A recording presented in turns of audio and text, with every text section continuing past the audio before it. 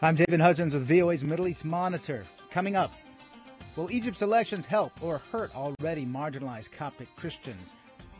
Public executions of dissidents and targeting of children. The UN slams Syria's Assad, but can he be stopped?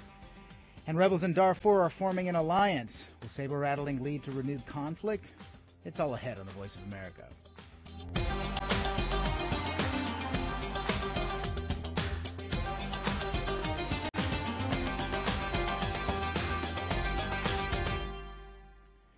Egypt is nearing the end of its first round of voting in its first parliamentary election since longtime President Hosni Mubarak resigned in February. Voters in Cairo, Alexandria, and 7 other provinces are casting ballots for seats in the lower house of parliament. Tuesday, today, is their second and final day of voting. Officials say long lines formed again today at some polling stations. Al Jazeera television quotes the ruling military council's General Ismail Atman as saying turnout could exceed 70%. The rest of the country will vote in 2 later rounds expected to conclude in early January of next year. Elections for the upper house will then take place, ending in March, after which the assembly will write a new constitution. Now, the influential Muslim Brotherhood, a moderate Islamist movement banned during previous decades, is expected to emerge as the largest power, but without an outright majority when the results are published. The Muslim Brotherhood's rise has many Coptic Christians, a minority in Egypt, concerned that their limited rights will come under greater threat in the future. VOA's Elizabeth Errett has more from Cairo's Garbage City. The trash of millions of people collects here in Cairo's Garbage City, the narrow lanes filled with plastic, metal, wood, anything the district residents can resell to eke out a living. This slum on the outskirts of the capital is home to a large Coptic Christian community. Many are trash collectors or zabalin, and above the squalor is a testament to their faith, the largest Christian church in the Middle East, cut into the hillside that begins the plateau east of Cairo. For Christians, Egypt is the land revered for sheltering a young Jesus and his family, but it's long been the province of an Islamic majority, a fact that some Coptic Christians say Muslims are quick to point out. Saeed, who gives only his first name, says Christians are discriminated against. He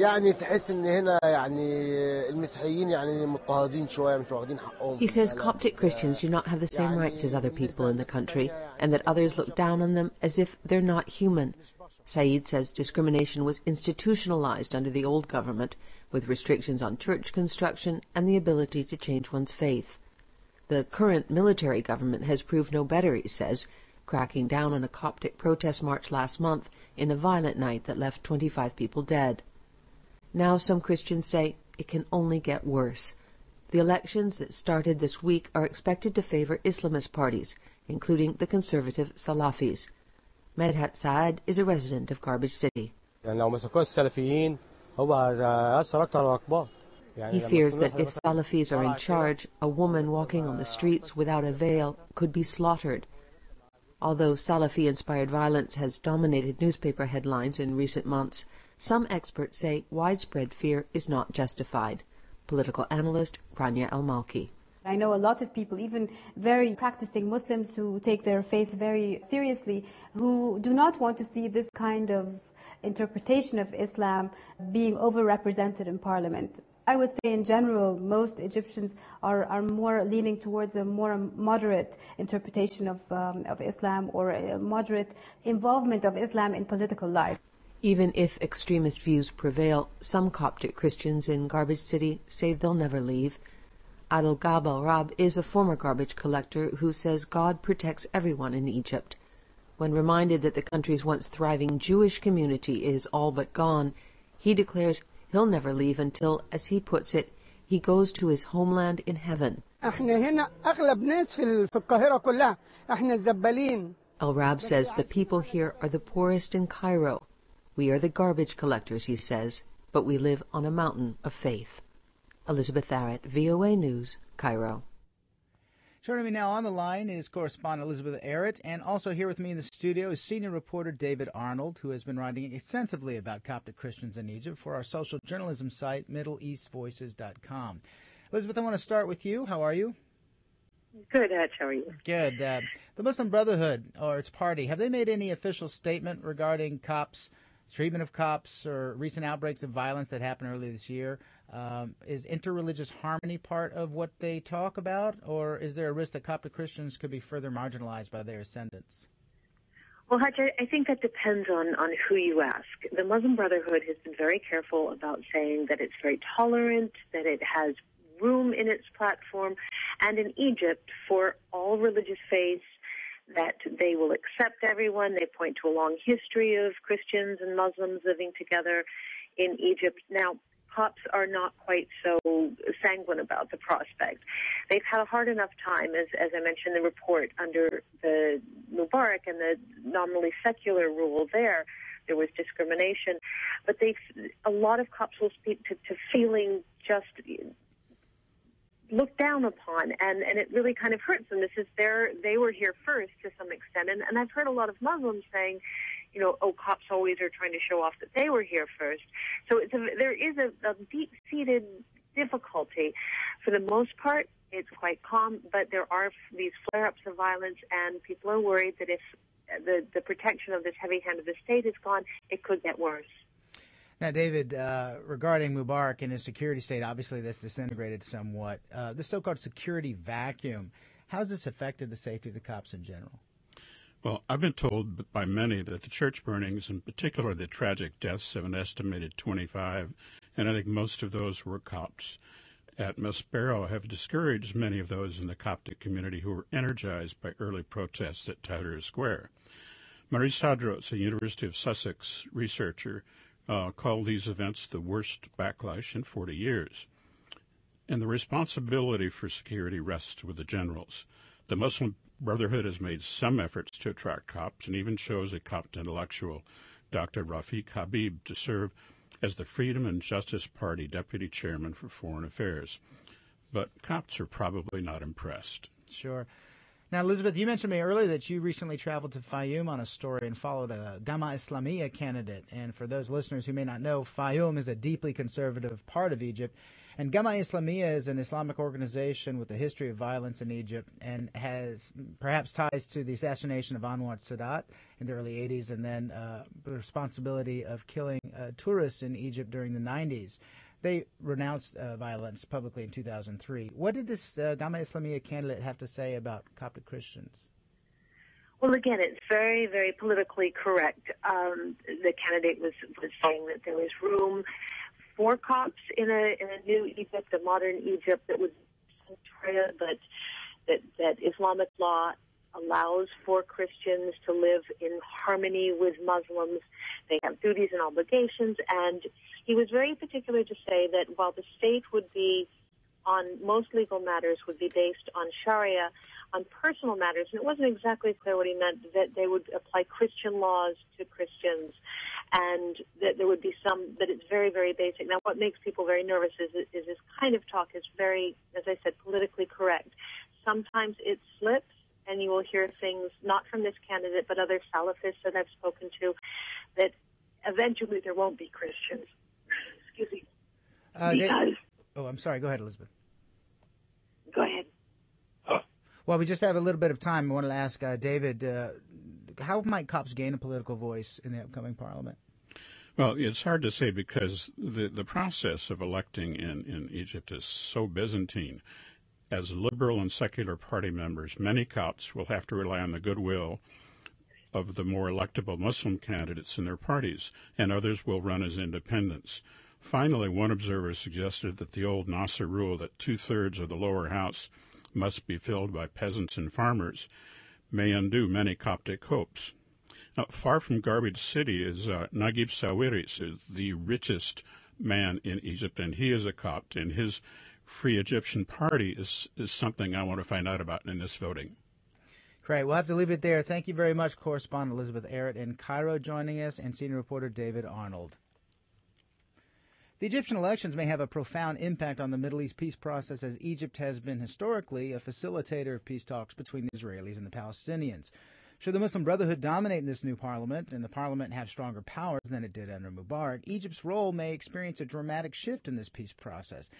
At least that's what former British Prime Minister Tony Blair has to say. He spoke with VOA's Victor Beattie by phone. There's no doubt that'll have a profound impact. The fact is the whole of the the peace process is going to be dramatically affected by what happens in the countries surrounding Israel and the Palestinian territories. So there's no doubt about that. What that impact is at the moment, before we know the election results and what type of government comes out of the Egyptian elections, is difficult to gauge, but the effect will be profound, yes, without doubt. Blair is also the special envoy to the Middle East Quartet, a foursome of supranational entities and nations that include the United States, Russia, the European Union, and the United Nations. It was established in Madrid in 2002 and has yet to shepherd any major breakthrough in the long-standing disagreements between Israelis and Palestinians.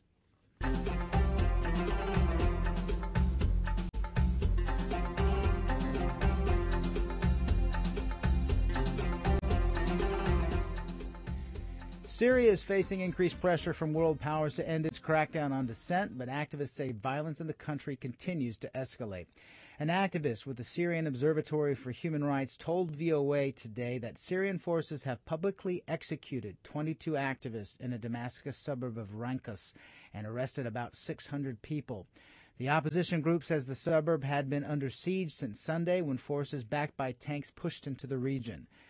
Meanwhile, the U.S. and Germany say the UN Security Council must respond to Syria's crackdown on anti-government protesters after UN investigators detailed grave rights abuses they say were ordered by the highest levels of President Bashar al-Assad's government. From the United Nations, VOA's Margaret Bashir has more on that report. The UN Human Rights Council established the Fact-Finding Commission in August. The three-member panel, headed by Paulo Pinheiro, a Brazilian human rights expert, presented its first report Monday at a news conference in Geneva. Pinheiro said the panel and its team of investigators gathered first-hand information from at least 223 victims and witnesses from the end of September through mid-November. He would not go into detail about how they gathered that information, but said it amounted to a solid body of evidence. He said the panel concluded that the army and security forces committed serious crimes under international law. The Commission has concluded based on its findings that members of the Syrian army and security force have committed crimes against humanity in their repression of a largely civilian population in the context of a peaceful protest movement.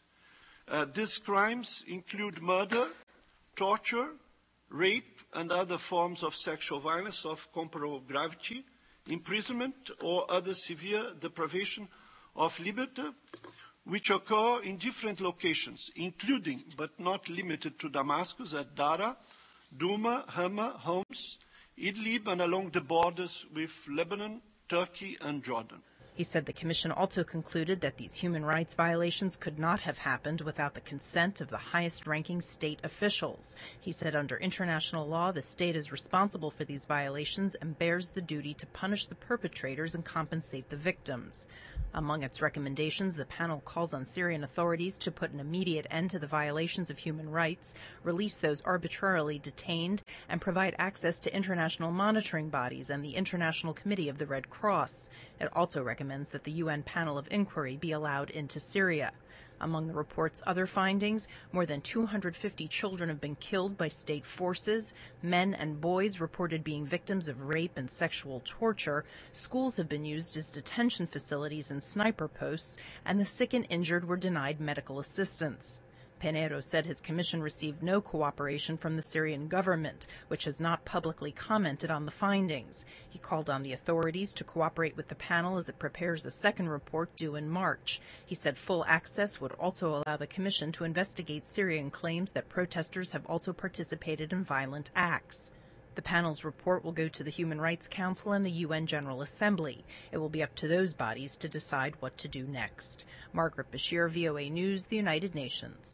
Now, meanwhile, Turkey says it would shift its Middle East trade routes to go through Iraq, cutting out Syria as a transit country if unrest there worsens and embargoes against Damascus go into effect. Transport Minister Binali Yildirim said today his country would open new border crossings with Iraq if necessary in order to facilitate the shift in regional land shipments.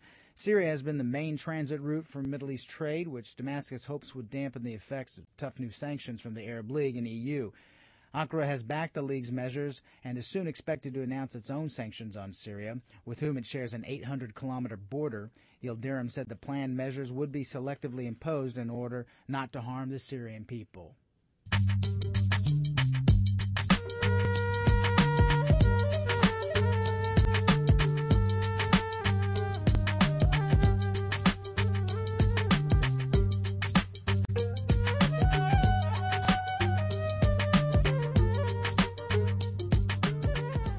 Israel's army says several rockets fired from southern Lebanon hit the country's north early Tuesday for the first time in more than 2 years, but there were no casualties reported.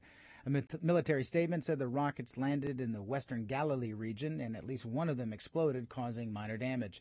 The French news agency quoted army sources as saying Israel retaliated, striking the area from where the rockets had been launched. The agency said local military commanders were assessing the situation. Iranian protesters have stormed the British embassy in Tehran in response to Britain's new economic sanctions against Iran for its suspected program to develop nuclear weapons. Iranians scattered embassy documents, threw stones, broke windows, and replaced the British flag with an Iranian one. The rioters also looted a portrait of Britain's Queen Elizabeth. Outside the embassy, protesters chanted, "Death to Britain." Last week, Britain cut business transactions with all banks in Iran, including Iran's central bank, as part of coordinated sanctions with the United States and Canada. It was the first time Britain has cut ties with the entire banking sector of a country. And up next is our weekly poll results. Joining me now is our Middle East Online editor, Yuri Hiltaichuk, to sum up our last topic and share the results. What do you have for us? Hi, Hutch. Last week, the focus was on renewed violence in Cairo's Tahrir Square, with protesters demanding an early departure of Egypt's current military rulers. And the question we put out was whether the generals of the Supreme Council of the Armed Forces, as it is called, would be willing to relinquish power in favor of a civilian caretaker government. According to our poll, a majority of voters, more than 54%, thought that the generals would not be willing to give up power. More than 31% thought that they would, and 13% were undecided. And these numbers are based on nearly 600 votes that we received, and as always, I need to point out that this poll is not scientific. And what's on tap for this week? Just a few days ago, the Arab League joined much of the international community in imposing its own set of sanctions against the Syrian regime for its continuing crackdown against dissent in that country. In doing so, it dealt more than just a symbolic blow to the government of President Bashar al-Assad, as it demonstrated that even Arab countries are uniting in opposition to Assad. So the question for our next poll is, will these punitive measures against Damascus make a difference? Will they force Assad to change course? And anybody can weigh in by casting their vote on our site, voanews.com/me. Again, that's voanews.com/me. And we'll meet here again in a week with the results. And if you really like polls, don't forget to check out MiddleEastVoices.com, where we do polls frequently as well. That's Middle East Online editor Yuri Hiltaichuk. Thanks. My pleasure.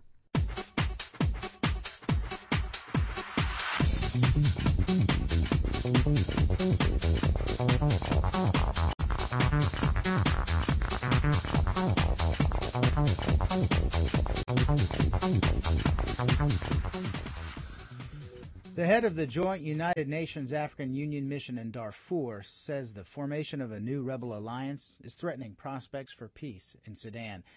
VOA's Peter Heinlein reports the number of deaths from armed confrontation in Darfur is down. The tensions are on the rise. The UN-AU Joint Special Representative for Darfur, Ibrahim Gambari, is blaming a newly formed coalition calling itself the Sudan Revolutionary Front for an increase in war rhetoric. After briefing the African Union Peace and Security Council in Addis Ababa Monday, Gambari said the SRF is threatening to unravel years of slow progress toward peace. We are not there yet in terms of peace because we still don't have a comprehensive agreement in which all the armed movement will sign. On the contrary, we hear an alliance involving a number of armed movement and SPLM North. We call themselves now Sudan Revolutionary Front, where the objective is to overthrow the government in Khartoum. That will have very negative consequences on the prospect of peace in Darfur. The front comprises 4 military forces from Darfur, southern Kordofan, and Blue Nile states. Its leaders met U.S. Assistant Secretary of State for Africa Johnny Carson this month on the sidelines of a Darfur workshop in Washington. Gambari expressed concern about the loss of 4 peacekeepers from the UN-AU mission in Darfur, 2 from Rwanda and 1 each from Senegal and Sierra Leone. But he said that overall, conflict-related deaths have dropped to about 400 in the first 11 months of this year, compared to about 1,000 in the same period last year. Peace is not yet there because we still have to get the armed movement who are outside of the peace process to join.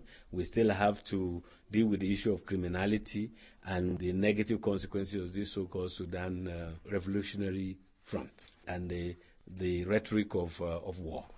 Gambari said Darfur could not be isolated from troubling developments in other parts of Sudan, including southern Kordofan and Blue Nile, where Sudanese government forces are battling rebels. He also expressed concern about the frayed relationship between Sudan and South Sudan over post-breakup issues involving borders and the sharing of oil revenue. Delegations from the North and South are meeting in Addis Ababa for African Union-mediated talks. The chief mediator, former South African President Thabo Mbeki, is scheduled to brief the AU Peace and Security Council Wednesday. An African diplomat close to the talks Monday described them as contentious and difficult, chiefly because the current round involves settling a formula for sharing oil revenues. Other diplomats, who cannot be identified because they are not authorized to speak publicly, describe the overall chances for success of the North-South talks in stark terms. One described the best-case scenario as a proxy war that could drag on for years, even decades. The worst-case scenario, he said, would be Armageddon. Peter Heinlein, VOA News, Addis Ababa. NATO's top commander in Afghanistan has ordered tens of thousands of troops to be retrained in the coming days in how to avoid civilian casualties during counterinsurgency operations. U.S. General John Allen announced the retraining program in a letter to Afghan President Hamid Karzai, who has frequently complained about deaths and injuries to Afghan civilians caught in the crossfire of NATO operations against the Taliban. A U.S. military official confirmed the letter and its content in an email sent to VOA today. In the letter, General Allen says NATO forces will aggressively pursue retraining and methods of employing force against insurgents while protecting Afghan civilians. He ordered all NATO units to complete the retraining by Monday. NATO has about 140,000 troops in Afghanistan fighting a 10-year-long Taliban insurgency, with around 100,000 of those from the United States. Morocco's King Mohammed VI has chosen the leader of an Islamist party to head the new government. The king received Abdelattah Ben-Kirani, the Secretary General of the Justice and Development Party, and named him head of government with the task of forming a new government today. The Justice and Development Party won the most votes Friday in a national election made possible by the pro-democracy demonstrations that swept Morocco earlier this year as part of the region-wide Arab Spring. It would have been unthinkable just a year ago for a member of the opposition PJD to lead the government, but the Arab Spring movement forced the king to reform Morocco's constitution and hold early elections. Under the amended constitution, the prime minister is now more powerful head of government, and he must come from the party that won the most votes in the election. And finally, U.S. Vice President Joe Biden has arrived in Iraq on a previously unannounced visit. A White House statement today says Biden will meet with Iraqi leaders and participate in an event to commemorate the sacrifices and accomplishments of U.S. and Iraqi troops. During this trip, he is also scheduled to travel to Turkey and Greece. About 14,000 U.S. troops remain, down from a peak of about 170,000 in Iraq.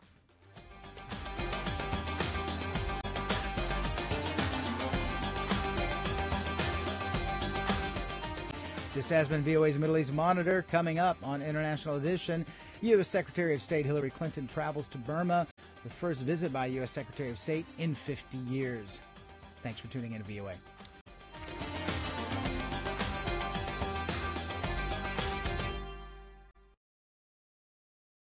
Are you following the uprisings in Syria, Egypt, and other Arab Spring countries? Want to contribute? Voice of America has launched a new social journalism website for the Arab Spring called Middle East Voices. Incubated by our thousands of fans on Facebook and Twitter and dedicated journalists at VOA, this site takes a new approach to covering the region through investigative journalism, publishing your viewpoints and harnessing social media to tell stories in a new, innovative way. Become a contributor at MiddleEastVoices.com.